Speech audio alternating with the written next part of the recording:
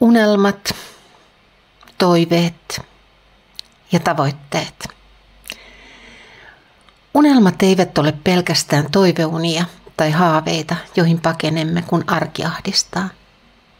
Ne voivat olla sitäkin ja se saattaa hetkeksi riittää, mutta tavoitteelliset unelmat ovat välähdyksiä huomisesta, jota kohti olemme menossa.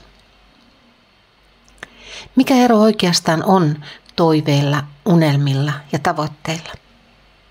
On asioita, joista voimme unelmoida, ja sitten on unelmia ja toiveita, joille voimme asettaa tavoitteita. Unelmat sisältävät vahvan tunteen siitä, että on olemassa jotakin tavoittelemisen arvoista. Ne ovat tulevaisuuden kuvien maalaamista mielenmaisemaan. Toiveet liittyvät myös usein asioihin, joihin emme voi kovin paljon vaikuttaa. Voimme toivoa maailman rauhaa tai ilmastonmuutoksen saamista kuriin. Voimme toivoa terveyttä läheisillemme ja itsellemme. Usein myös toivomme, että huomenna aurinko paistaisi. Positiivinen asenne ja toiveikkuus auttavat. Silloin emme jää kiinni negatiivisiin tai musertaviin ajatuksiin. Asetat jokaiselle päivälle tavoitteita ja joistakin muodostuu päivittäisiä rutiineja. Yksi tärkeimmistä tavoitteistasi on hengissä pysyminen. Se on suuri tavoite, joten pilkot sen pienemmäksi, eli otat tavoitteeksi nousta aamuisin ylös ja mennä iltaisin nukkumaan.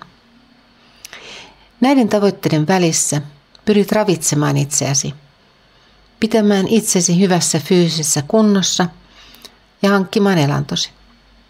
Kun voit hyvin ja asiat ovat kunnossa, nämä päivittäiset tavoitteesi toteutuvat ajattelematta niitä sen enempää. Samalla tavalla voit pilkkoa suuret unelmat pienempiin palasiin ja opetella tekemään asioita, jotka vievät sinua lähemmäs päämäärää. Unelmien tavoitteleminen tarvitsee muutosta. Vähitellen opit luopumaan huonoista tavoista ja ottamaan tilalle muutosprosessia tukevia parempia rutiineja.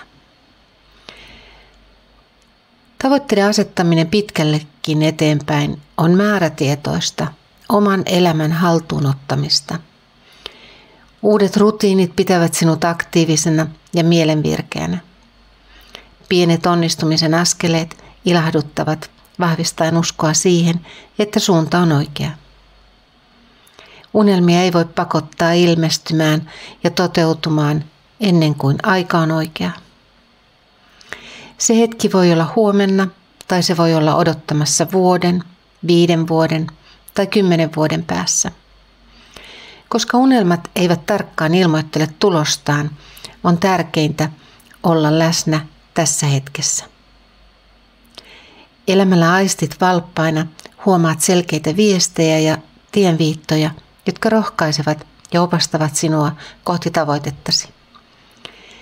Hetki, joka sinulle tarjotaan, voi tulla yllättäen ja silloin kannattaa olla valmis.